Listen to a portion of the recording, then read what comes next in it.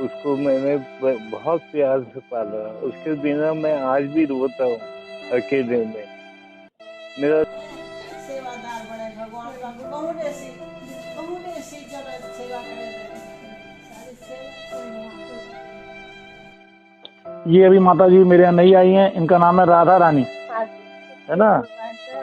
ये मुझे बड़ी दुआएं देती हैं, बड़ा आशीर्वाद देती हैं। काम करती थी आपको शुभ काम होता नहीं, अब ये ये चरणों में आ गए।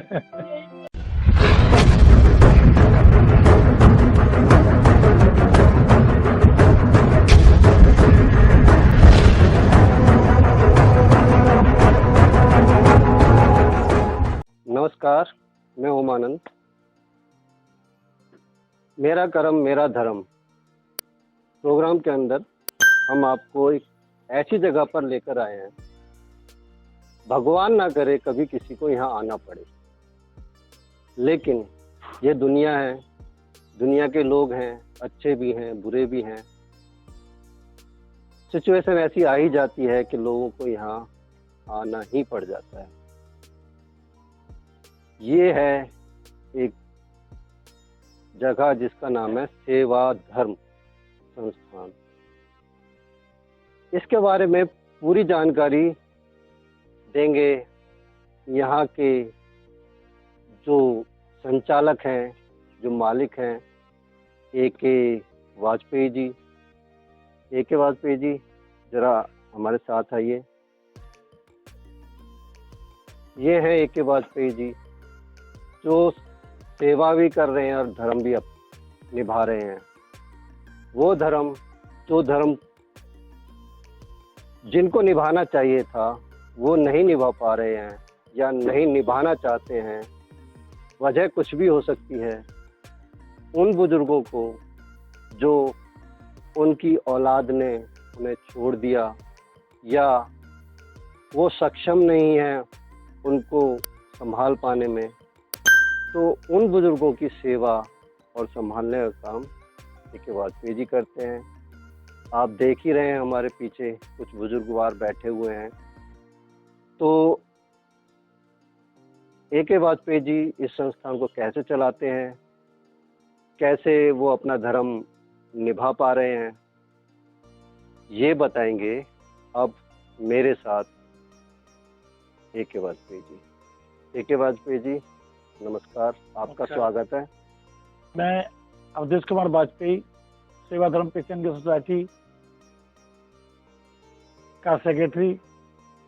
पिछले 2008 से हम लोग सेवा धर्म पेशेंट की सोसाइटी में काम करते चले आ रहे हैं। बुजुर्गों की सेवा करना हमारा मुख्य उद्देश्य है।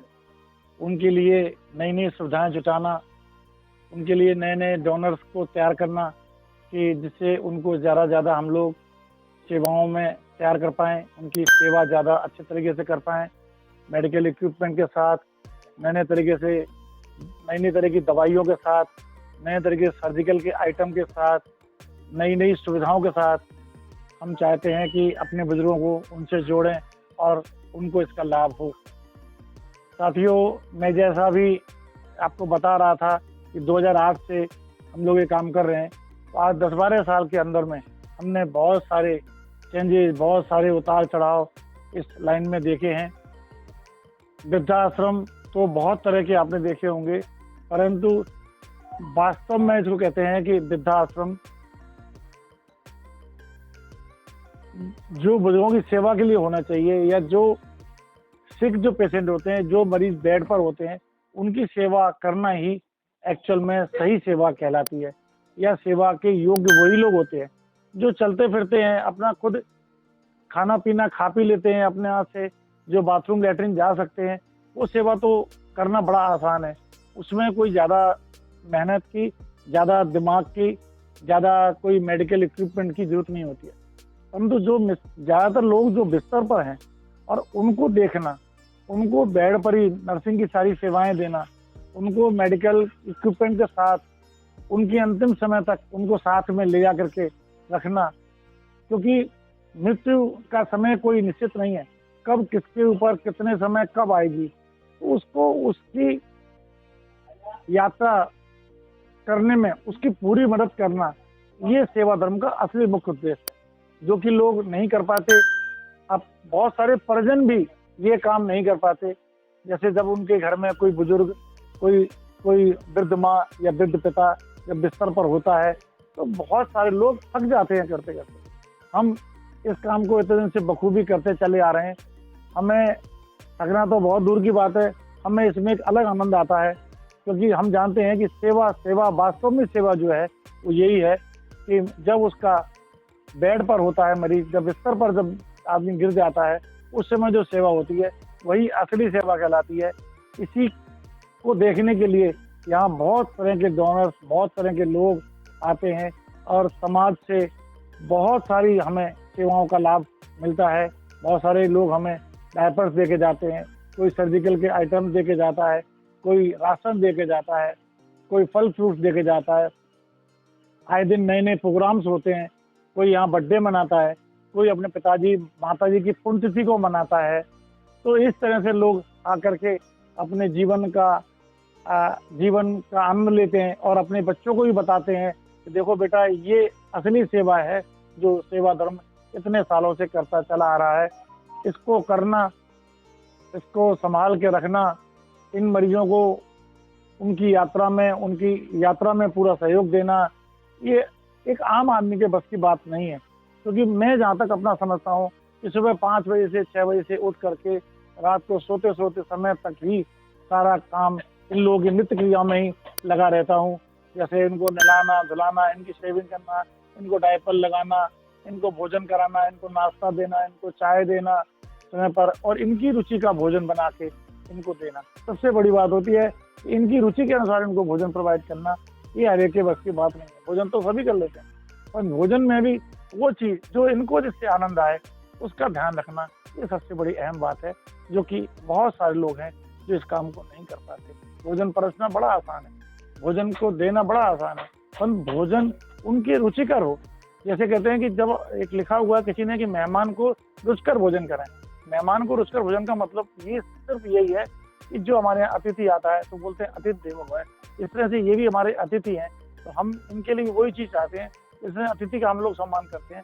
ऐसे ही ये जो अतिथि हमारे पास हैं, इनके लिए भी हम ज़्यादा नए नए व्यंजन, नए तरह के आइटम्स बना के इनको खिलाते हैं, और हमारे यहाँ बराबर इसके लिए नित्य प्रतिदिन सेवा होती रहती है।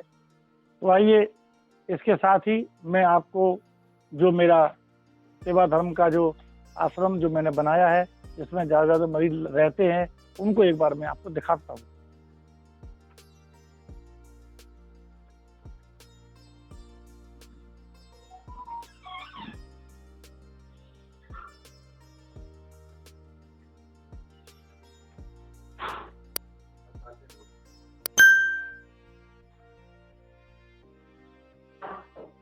ये हमारे एक पेशेंट हैं, आपका नाम क्या? Peter, Robert Peter.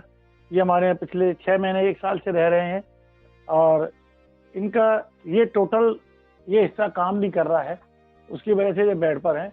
बाकी और स्वस्थ हैं, अच्छे से खाते पीते हैं, आराम से बैठते हैं, सारी बातें करते हैं। ऐसे ही मेरे दूसरे, हाँ बाबूजी खाना वाना खा लिया? नाम बताओ, क्या नाम है आपका? ये है हमारे धर्मपाल जी। इनकी देखरेख हम अभी 1 महीने पिछले से कर रहे हैं। इनको काफ़ी बेडसोल पैर में, हाथ में है, तो इनकी नित्य प्रतिदिन ड्रेसिंग करना, इनको नहलाना, इनको धुलाना, इनका सारा काम हम लोग रोज कर रहे हैं। ऐसे ही इनकी वाइफ हैं, आपकी पत्नी का नाम क्या है? इनकी पत्नी है, इनका नाम है कमला रानी। ये भी पिछले एक बेड पर हैं काफ़ी दिनों से और अस्वस्थ हैं। इनको राइस ट्यूब से खाना दिया जाता है। इनके भी बेड सोल्स हैं, इनकी भी ड्रेसिंग करना, इनको डेली उठाना बैठाना, इनको फीड देना जिससे कि इनको समय पर भोजन मिल सके, इनकी सारी दवाइयाँ देना, ये हम सब काम करते आ रहे हैं। आइए मैं आपको दूसरे हॉल में ले चलता हूँ जहाँ पे मेरे और मरीज हैं।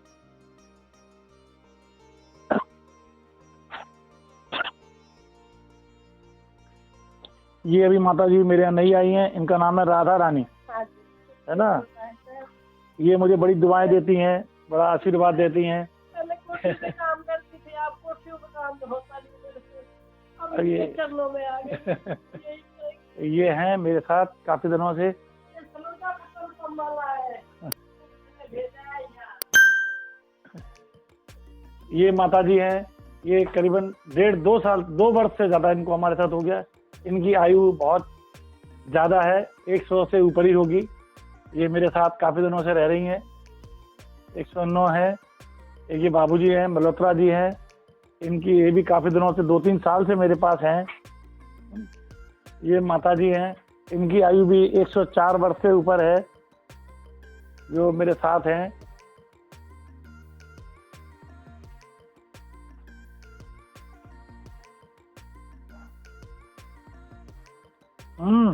माता क्या कर रही हो? ये बंगाली माता हैं, ये भी मेरे पास 1.5-2 वर्ष से रह रही हैं मेरे साथ। खाना पीना रहना सब चल फिर लेती हैं, थोड़ा सा दिमागी प्रॉब्लम रहती है इस चीज़ में, बाकी और अच्छे से स्वस्थ हैं। ठीक है।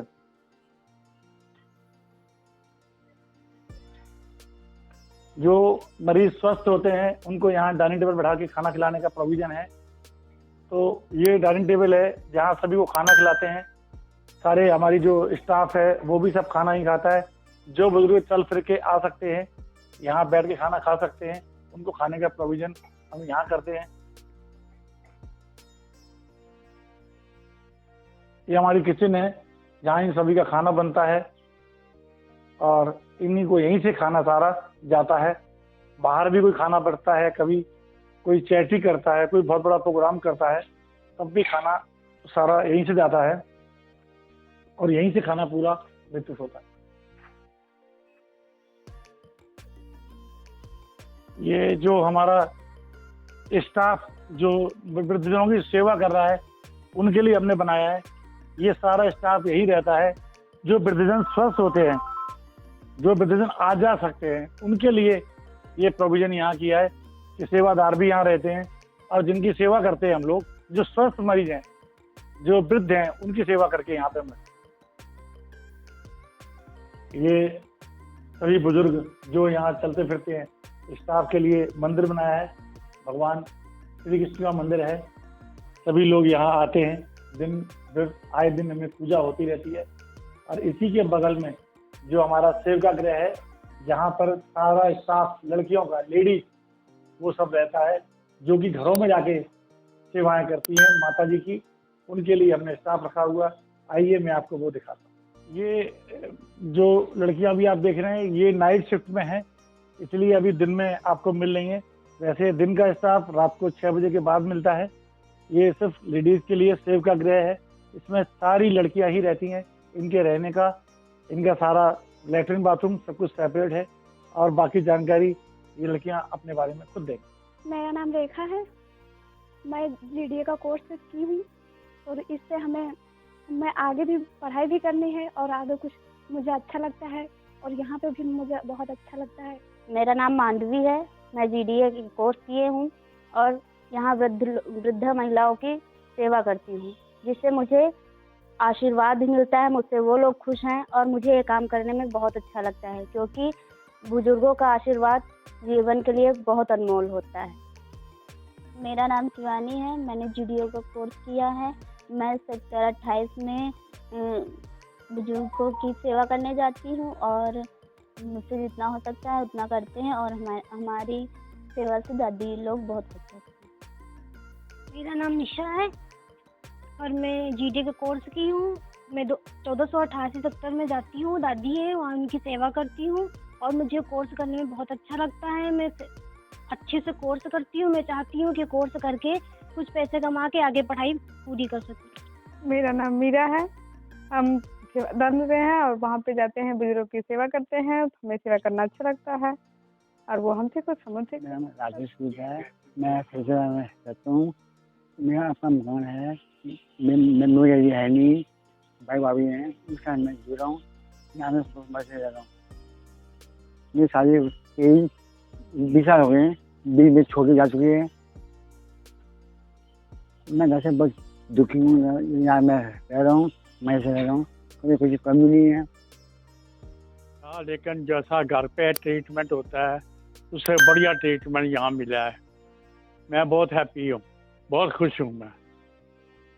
इसका मैं कभी भी मुआवजा नहीं दे सकता। Thank you. एक बच्चे को गोद दे लिया, जो लड़का था उसको मैंने बहुत प्यार से पाला। उसके बिना मैं आज भी रोता हूँ अकेले में। मेरा दिल ऐसा हो गया है कि मैं यहाँ रह के मुझे एक तसल्ली मिलती है इन लोग के साथ, क्योंकि हंसते बोलते रहते हैं तो मेरा टाइम भी कर जाता है। नहीं तो मैं अकेलेपन में रातों को उठ के रोता हूँ मैं कि क्या हो गया मेरे साथ। सभी से उम्मीद करूंगा, सारे समाज में लोग जो रहते हैं, सभी सेक्टर वासियों से निवेदन करूंगा कि ज़्यादा से ज़्यादा लोग आप आ करके मेरे यहाँ विजिट करें, मुझे देखें, मेरे लोगों को, और जो ही मुझे सेवा दे सकते हैं सेवा दें। धन्यवाद।